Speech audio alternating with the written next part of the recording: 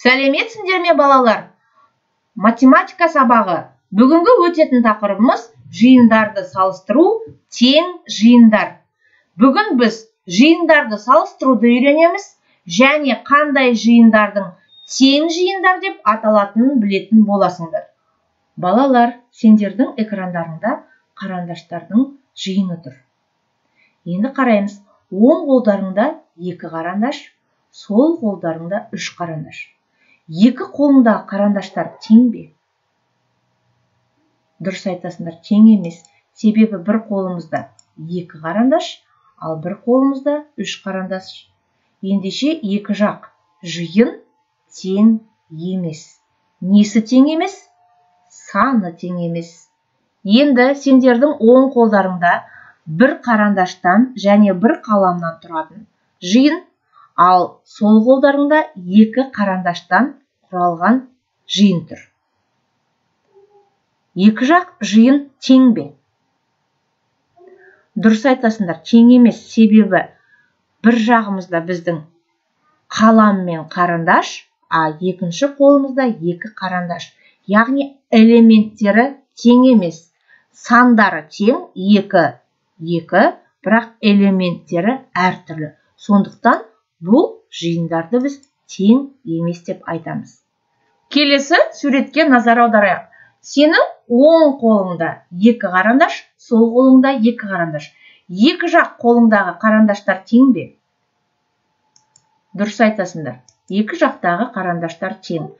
Себебі сол жақтағы жиында 2 қарандаш бар, оң жақ қолымыздағы жиында 2 қарандаш бар. Сандары да тең, элементтері де тең. Тең жиындар деп элементтері де, элементтерінің саны да бірдей жиынды айтады екенбіз. Тап және салыстыр. Берілген заттардан қандай жиындар құрауға болады? Жиындарды сипаттап айт және оларды өзара салыстыр. Алдымен жиынның не екенін есімізге түсірейік. Жиын ортақ белгісі бар заттар жиынтығы. Енді қарайық. Бізде алдымызда тұрған заттарда қандай ортақ белгі бар? Дұрыс айтасыңдар. Біз сары заттардан жеке бір жиын құрасақ болады екен. Түсіне байланысты. Ол сары алма, сары күн, сары бақбақ. Тағы да ойланып көріңдер. Иә, дөңгелек. Дөңгелек доп, дөңгелек күн, дөңгелек қызанақ. Тағы бір жиын шықты. Тағы да мүмкіндік бар ма жиын құрастыратын? Ойланып көріңдерші. Жақсы, өте жақсы. Өсімдіктер жиынын. Қияр, қызанақ, алма, бақбақ. Міне балалар, біз ортақ бір белгіні тауып, жиындар құрастырдық. Сана және салыстыр. Жиындарды элементтер саны бойынша салыстырайық. Алдымен бірінші қатарларды салыстырып алайық. Бірінші суретте жиында 2 қағаз, екінші жиында 3 қағаз. Несі тең емес? Элементі ме, жоқ саны ма? Тамаша, элементтері тең емес. Екінші қатар.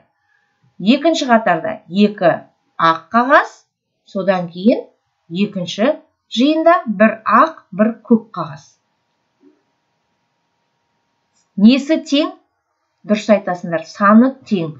Себебі бірінші жиында да 2, екінші жиында да 2. Бірақ несі тең емес? Дұрыс, элементі тең емес. Яғни бізде мына жерде көк қағаз болып кеткен. Яғни бұны да тең емес деп айтамыз. Үшінші қатар. Бірінші жиында 3 қағаз, екінші жиында 3 қағаз. Саны тең. Элементтері тең бе? Элементтері де тең. Міне балалар, біз жиындарды салыстырдық.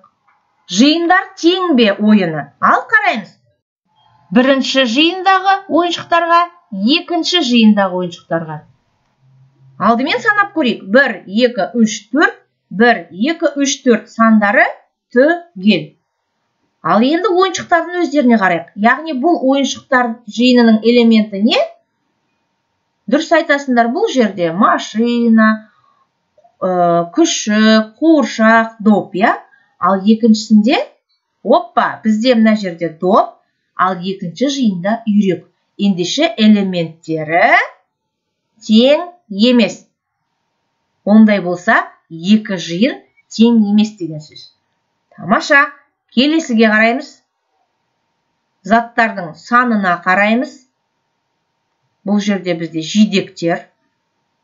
Және ойланамыз, тең бе, тең емес пе? Уақыт кетті. Жарайсыңдар. Бұл жерде жиында элементтері де, сандары да тең екен. Ендеше екі жиынды тең дейміз. Келесіге қараймыз. Гүлдер. Ал қарайық, бірінші жиында 4, екінші жиында 5. Элементтері бірдей, бірақ сандары бірдей емес. Ендеше бұл жиындарды біз тең емес деп айтамыз. Жиындарды қалай теңестіруге болады? Сендердің алдыларыңда екі жиын тұр. Бұл жиындарды қалай атасақ болады? Тамаша, жиһаздар жиыны. Ендеше, бірінші жиында бізде бар екен шкаф, орындық, стөл және кресло. Екінші жиында орындық, стөл және шкаф.